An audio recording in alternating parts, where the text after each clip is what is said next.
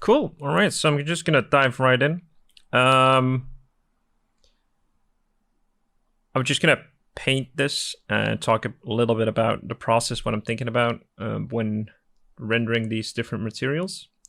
If you have any questions, feel free to ask. You can ask them in chat, or you can just ask them by talking. That's all good. Full art leads can talk in the chat, so. This beautiful drawing was provided by Lex, so he did a nice job. I'm just gonna paint it. All right, let's make this a dark liquid. And the first thing I'll do is just establish some of the saturation that will come through when I'm not sure if all of you have already seen the cello painting demo in Classroom, but it's almost similar to how liquid interacts with light. Is you have a little bit of that translucency because the light that shines through gets captured within the liquid and then comes through. So it kind of gives it a little bit more of a saturated shine in the liquid itself. The surface itself will be a lot lighter, as we'll see when we paint this. Now, here's the question when it comes to, because of course there's different kinds of liquids, right? You have oils, you have very clear water.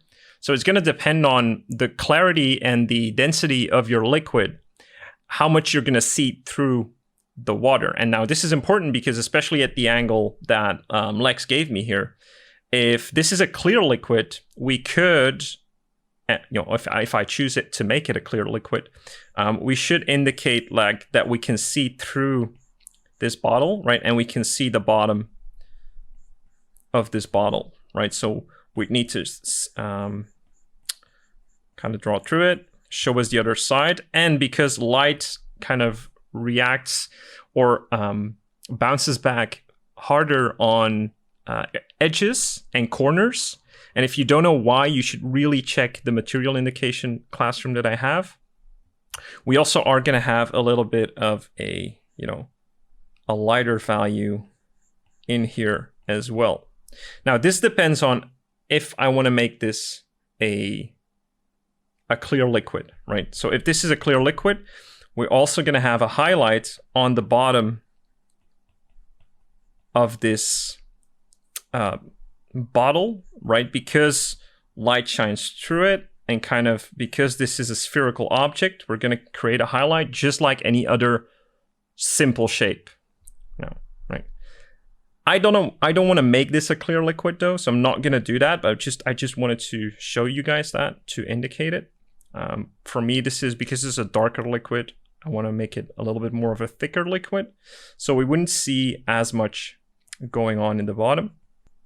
And again, that shape can be anything, and it's highly dependent on the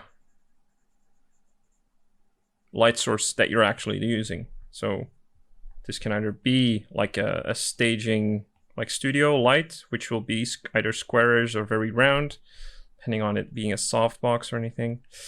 If it's like outdoors, right? So if it's nature, then it might just be a little bit more of a blown out sunlight.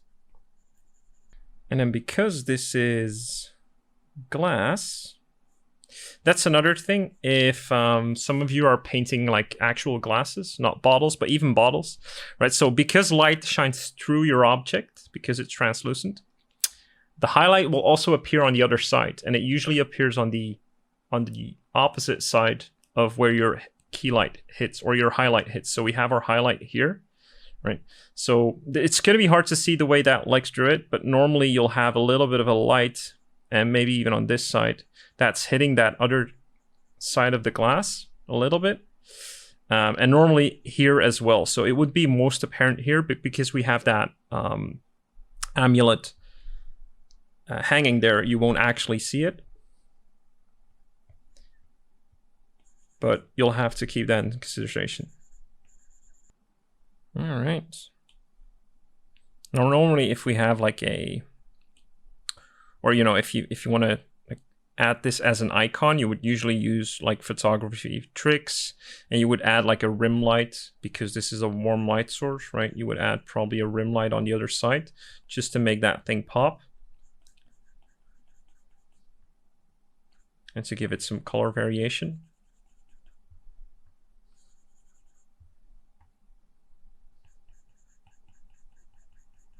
But that's usually just to make your silhouette a little bit more clear, not make it blend into the background. Like I say in the portrait rendering video, like if you want to make things more painterly, like especially old master painterly, you don't really do the photography thing. You usually make more lost edges, right? Whereas you blend your shadow shapes into your background and kind of create depth that way, suggested depth, and not make everything pop. But it depends on the purpose and what you want to use it for. But in splash art, you will see this tree lighting setup, cinematic lighting that I talk about in the other classroom as well. You'll see that so much. Well, you don't want, the thing is like, usually you don't want your, again, there's key light and there's, you know, and usually everything else is secondary. Usually, sometimes a rim light, we kind of cheat, right? It kind of, to make the silhouette pop, sometimes it might be higher in value than the key light. But normally, your key light is the main light. So the highlights are going to be the strongest. And if you overdo it with like a color dodge in your, in the translucency, like the lighting from the translucency, it's not going to feel believable anymore, right? Because it's light that passes through a liquid already, so it's going to be very much like less potent than it was coming from the key light. So it's still going to light up the area or the liquid, but it's still going to be, especially in a dark liquid like this, it's still going to be dark, right? If you have a very yellowish liquid, it might be higher in value, but still it should be secondary to your key light.